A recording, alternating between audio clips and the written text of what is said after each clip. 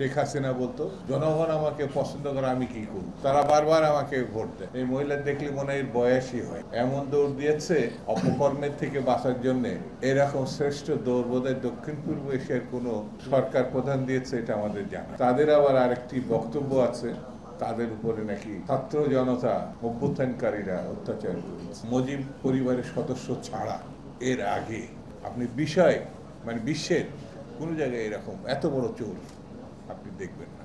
আইন শৃঙ্খলা অবনতি, এটা খুব আলোচিত বিষয়। মব সৃষ্টি, চাঁদাবাজি, দখল, সন্ত্রাস, এগুলো গত এক বছরে যেভাবে বেড়েছে, মানুষের প্রত্যাশা ছিল স্বৈরাচারী শাসনের অবসান হলে, স্বৈরাচারী সরকারের পতন হলে, শেখ হাসিনার বিদায় করা সম্ভব হলে মানুষ একটু শান্তিতে থাকবে। কিন্তু শান্তি তো দূরে থাক, এখন বিবিধ মুসিবত নিয়ে মানুষকে বসবাস করতে হয়। নতুন চাকরি নাই, যাদের চাকরি ছিল সেই চাকরিও এখন রক্ষা করা খুব কঠিন হয়ে দাঁড়িয়েছে। রাস্তাঘাটে কখন কে বিপদে পড়বে এটা আল্লাহ পাক ছাড়া আর কেউ জানে বলে মনে হয় না। তিনি যদি রক্ষা করেন তাহলে আমরা বেঁচে যাই।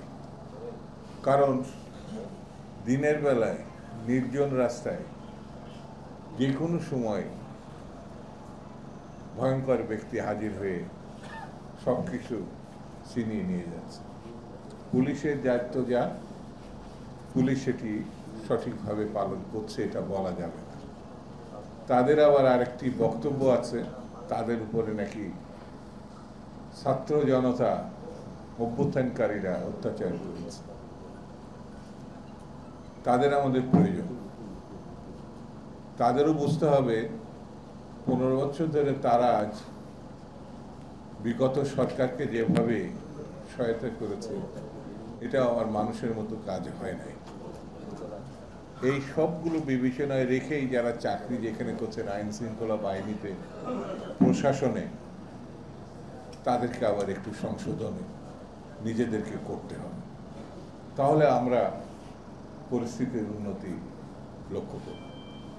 বন্ধুরা, এই যে বালা মুসিবত, এর থেকে মুক্তির যে পথ, সেটাও এখানে উল্লেখ করা হয়েছে।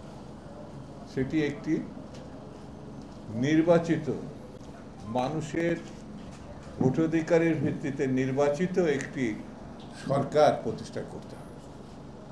এখানে কিন্তু বলা হয়নি, এখানে স্পষ্ট করে কোন সরকার, কোন দলের সরকার প্রতিষ্ঠা করতে হবে, কিন্তু স্পষ্ট করে বলা হয়েছে একটি নির্বাচিত সরকার, যেটি 16 বছর ধরে এই দেশে কোনো মানুষ কখনো ভোট দিতে পারে না। শেখ হাসিনা বলতো, জনগণ আমাকে পছন্দ করে, আমি কি করব? তারা বারবার আমাকে ভোট দেয়। এই মহিলা দেখলে মনে হয় বয়সই হয় না। বেনি দুলিয়ে অবুঝ নারীরা যেভাবে দৌড়িয়ে বেড়ে, এর অবস্থা সেই রকম। এমন দৌড় দিয়েছে অপকর্মের থেকে বাঁচার জন্যে।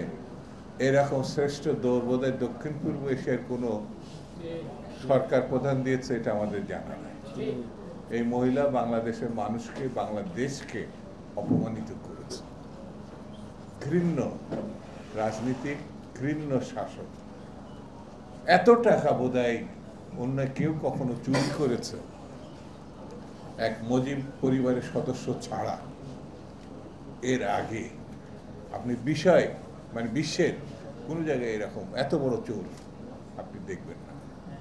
এত বড় খুনি বাংলাদেশে আর দ্বিতীয়টা জন্মায় না। ক্ষমতার জন্যে আপনি দেখেন, চিন্তা করে, ক্ষমতার জন্যে নির্বিচারে গুলি করছে, সবাইকে নির্দেশ দিচ্ছে, যেখানে পাবা সেখানেই তাকে হত্যা করবা, ছাড়বা। শুধু হত্যা করে ক্ষান্ত হয়নি, তার নির্দেশে আন্দোলনকারীদেরকে আগুনে পোড়ানো হয়েছে, আগুনে পোড়ানো হয়েছে। এ ভাবা যায়? যে বাংলাদেশ মুক্তিযুদ্ধের মধ্য দিয়ে, যে বাংলাদেশ শত শহীদ না লক্ষ শহীদের বিনিময়ে আমরা অর্জন করছি স্বাধীনতা এবং গণতন্ত্রের প্রত্যাশায়, একটু শান্তির প্রত্যাশায়, দুমুঠো খাবারের প্রত্যাশায়, একটা চাকরির প্রত্যাশায়, শান্তি শৃঙ্খলার প্রত্যাশায়, সেই বাংলাদেশে এরকম একটি ফ্যাসিস্ট হত্যাকারী লুণ্ঠনকারী আমাদেরকে দেখতে হয়েছে।